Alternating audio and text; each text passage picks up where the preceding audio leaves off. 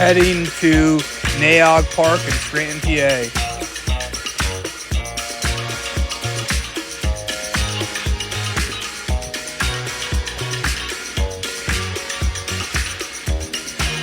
Hey, how's it going, everybody? Here in Scranton, PA at Naog Park.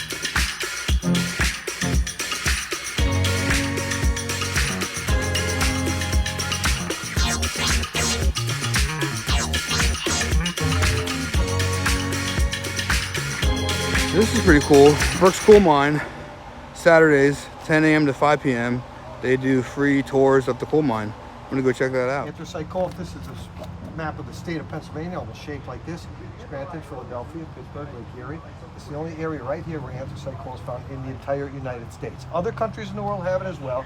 This is it for the United States. Ohio and all the way out to as far as Wyoming actually has the largest reserves of bituminous or soft coal. That is the coal that they use to produce electricity with. Anthracite coal is cost prohibitive to send it across the country. Nothing burns cleaner than anthracite coal except for natural gas. This is a distant second to natural gas. It does release carbon monoxide just like any other fossil fuel, but this is second in line to fossil fuel for clean burn. This is the true economy of the United States. Because if you think about it, before that, what we have is farms, brick manufacturers, blacksmithing shops, hotels, things like that, small businesses. Anthracite mines are hiring people by the hundreds, if not the thousands, eventually, when the railroads came along, even more. This is stuff that really starts the United States economy. So I'm taking bituminous coal, but anthracite coal is only in a very small eastern part of Pennsylvania over here, and now from a one-time high of over 180,000 miners taking anthracite coal from underground, we're now down to 130.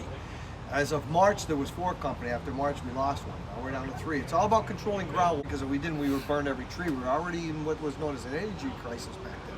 So if you think about that, if we did not find anthracite coal, we would have burned all the trees down at this point. And what do trees do? They give off oxygen and take on carbon dioxide. So this kind of gives us a little reprieve, the climate situation that we're in today. This gave us a little reprieve in that, that they did find this particular coal to burn. So that's where we are today. Now today, anthracite coal is used for water, industrial water filters to be a part of this.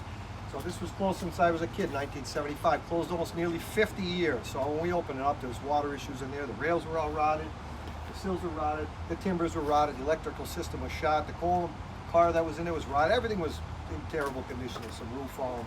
Scranton is the anthracite capital of the world, and that's what they call a black diamond right there, okay? Same minerals that are in a regular diamond are right there. So I do have a piece of that coal right there in my front room, just about that size. My wife said, what'd you bring that in here for? I said, another ice age, couple million years, we're gonna be rich. That's gonna be a diamond, right? So that's what it's made of, just like that. Same minerals that are in diamond are in that. Just needs a lot more pressure, a lot more time to form a diamond out of that, okay? All right, everybody, let's go inside. Please wipe your feet. Rock or a mine timber. So what does this thing do? This is actually what supports any loose roof rock on the end of the mine here. Roof rock is the over cover, like I mentioned, lasagna. This is your noodles. This is your meat. There's more noodles there and meat. And you're going to see that as we go through the mine. Better conditions in back. You'll see better coal back there as we. Because again, this was all organic plant material that's been decompressed after 300 million years ago. What happened? That's geologist's estimate. Again, how old coal is. As this swampy area is standing there, again, the earth is very tepid, it's still forming. The continents aren't what we know of today. They were simply just inland seas, swampy area, very warm. God knows what kind of atmospheric conditions were going on back then. Again, there was no men or animals, so dinosaurs at this point. It's called the Carboniferous age. So what would happen is the earth would contract. So that means just like if you open a door and a cake in the oven, it would drop down just like that. Hundreds, if not thousands of miles of inland seas would just pour in as the earth contracted, bringing all the water and dirt and sediment and everything. And a new batch of trees, everything would go flushed right in. It compressed this right over the top of all this detritus or dying leaf material, organic material that it is.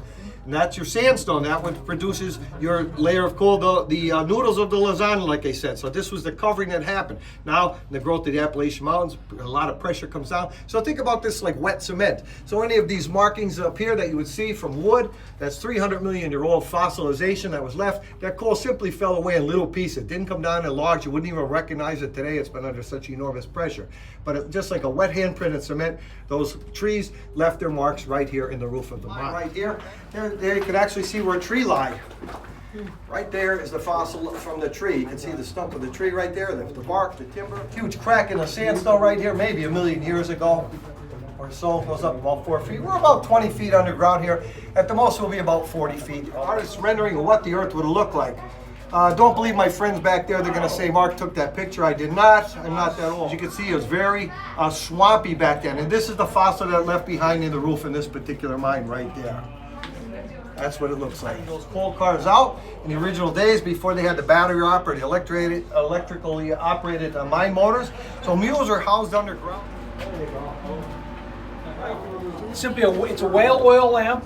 Now, we don't use whale oil anymore. We simply use kerosene. About the 1920s, that was the lamp of choice. This was a carbide lamp. Has two compartments. There's a water compartment at the top and a fuel compartment at the bottom. Water would drip down on the calcium carbide, produce acetylene gas, same type of gas used for welding, and then it would be lit, and that's the light that they would have underground. The problem with both these lamps is that they're open flames. About 1920, Thomas Edison invents the battery type lamps that we still use today underground. Now they have progressed from the 1920s, but they're still basically the same type battery pack. We use rechargeable ones now, LED lamps, much brighter. So we drove that out. That was never part of the mine originally. When we first came in, that was a solid face, and the regulations for open the mine, it has to have a second way out, and we have to timber it to make it safe. So we re-timbered the whole mine, and then we drove that outside. So this is a drill straight out of the 1800s, and Mike's gonna lean against it, and I'm gonna run this drill. And this to put a hole in, and we gotta drill 7 more to dynamite this out. And you guys wanna try this thing? A lot of people don't know this, but the miners had to buy all their supplies, all their tools, everything themselves. The coal companies didn't provide it for them. So they have to buy their own. Today, we're going back to the 1800s Scots era. We used black powder to fire the coal out. And the day before, while we were working in the mine, our wife would be at home making the black powder sticks up. So she'd take newspaper or paper, lay out the black powder, roll it up nice and tight. When we're back in the mine, we're gonna take the black powder, slide it in the hole. We're gonna tamp that nice and tight at the end of the hole. Scott, why do we use wooden tamping stick? So it doesn't make sparks. Doesn't make sparks. Now we're gonna take what's called a squib. You guys know what a bottle rocket is, right? So imagine a bottle rocket without a stick on it. We're gonna take that thing on the end of the hole. We're gonna set it there, we're gonna light the fuse, and we're gonna go run around the other side of the coal pillar. When the fuse burns out, that thing's gonna light and go down that hole, hit the black powder, and blow the coal out. About 15 of us worked on it. Wow, awesome. And we continue to operate it as that. You guys know what this is, right? This is what we used to blow up Roadrunner with Daffy Duck, right? And Wile E. Coyote. So we took our wires up to this. We're gonna push this thing down. We're gonna yell fire 3 times, right? Fire, fire, fire. As you walk past our phone here, you guys know about the Knox mine disaster, right? Where the river broke into mines. If it wasn't for this little device right here, the mine phone, a lot more people would have died. They were able to call inside to the different parts of the mine on the telephone and say, the river broke in, everybody needs to get out. So we use them today. If we need anything outside, you gotta call out for parts, call out for anything. If there's an emergency, anything, there's a speaker on the front. When you talk in it and flip the switch on the top, it pages through all the speakers so everybody could hear on the telephone. That thing, it's a modern firing battery. So instead of this thing, this is what we use today. You hook the wires up to this, you roll the switch down, the capacitor charges up. You'll fire 3 times, roll the switch up. This is a modern piece of equipment. This was invented in the 1940s. In mining, that's modern. So we still use these guys today. We use this to drill this shot pattern here. Either side of that, they go off, and there's 3 holes on either side of that, and then they go off. This guy still works. It's a jackleg drill. It runs on compressed air. I ran this guy for 4 years, from 2008 to 2012, in a coal mine outside of Tamaqua, drilling rock tunnels between different coal veins. And the drill weighs about 120 pounds. It's not too bad to throw around because the leg is a big piston. So as you run your throttle on the back here, you increase the air pressure, and the piston actually lifts the drill and pushes it in the hole for you if the geometry is set up right on it. It'll actually go through the steel, turn the dust that you're drilling into mud, and it'll just come back out the hole as mud. So you get soaked because that mud water comes flying out, but you don't suck down any rock dust running this guy. That's so cool. It's pretty neat. And it's free.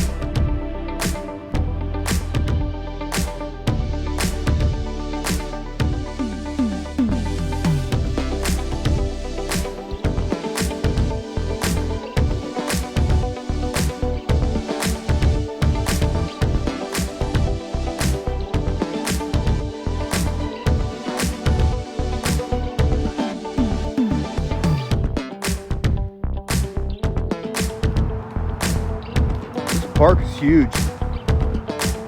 It really is. I barely walked any of it, I feel like. I mean, I've been walking for a while, but it's a pretty big park.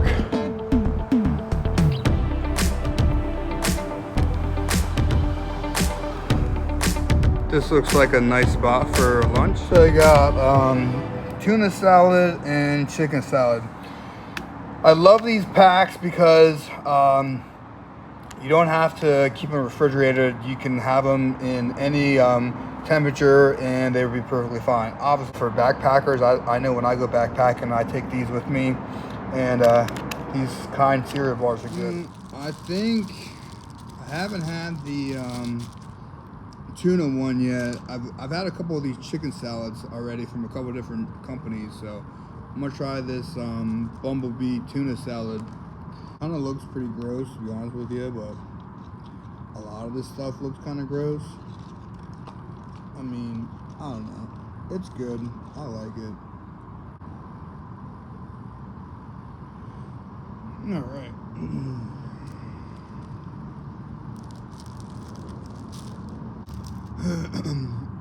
Yeah, I don't know. It's not bad. I think I'm just gonna stick to the chicken salads. They're a lot better. I don't know what it is. It might just be me thinking, but I'm a big texture guy. I don't know what it is. I just certain textures and certain foods I just don't like.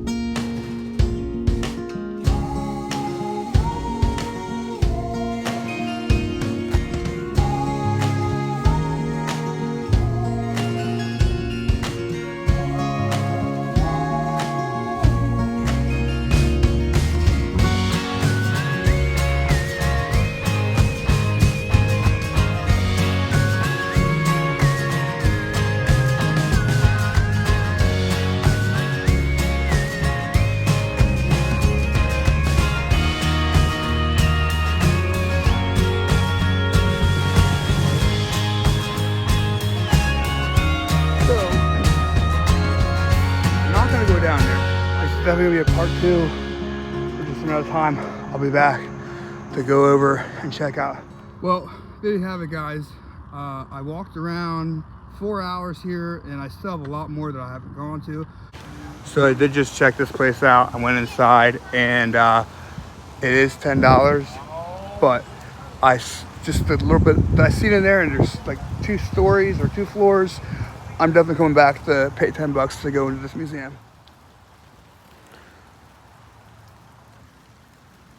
So this is very quite interesting. I never heard of one of these before. This is the world's largest glacier pothole. They are phenomenons, so they don't always happen. Zoom in here and see the smooth rock. 1884, this was discovered. They actually considered this a wonder of the world back in the day. You can see that. So pretty wild. Pretty much in layman's terms, it is a glacier pothole. They did consider it, well, at least this geologist considered it a phenomenon. There's a couple different theories. The main one is the fact that there is a waterfall, and the waterfall, there was a crack in the glacier, and that caused the water to go through, and I guess something like that, and that caused the hole. They didn't discover this without, I believe they were blasting, miners were blasting through, and the earth collapsed on them, so, or collapsed around them, they were running.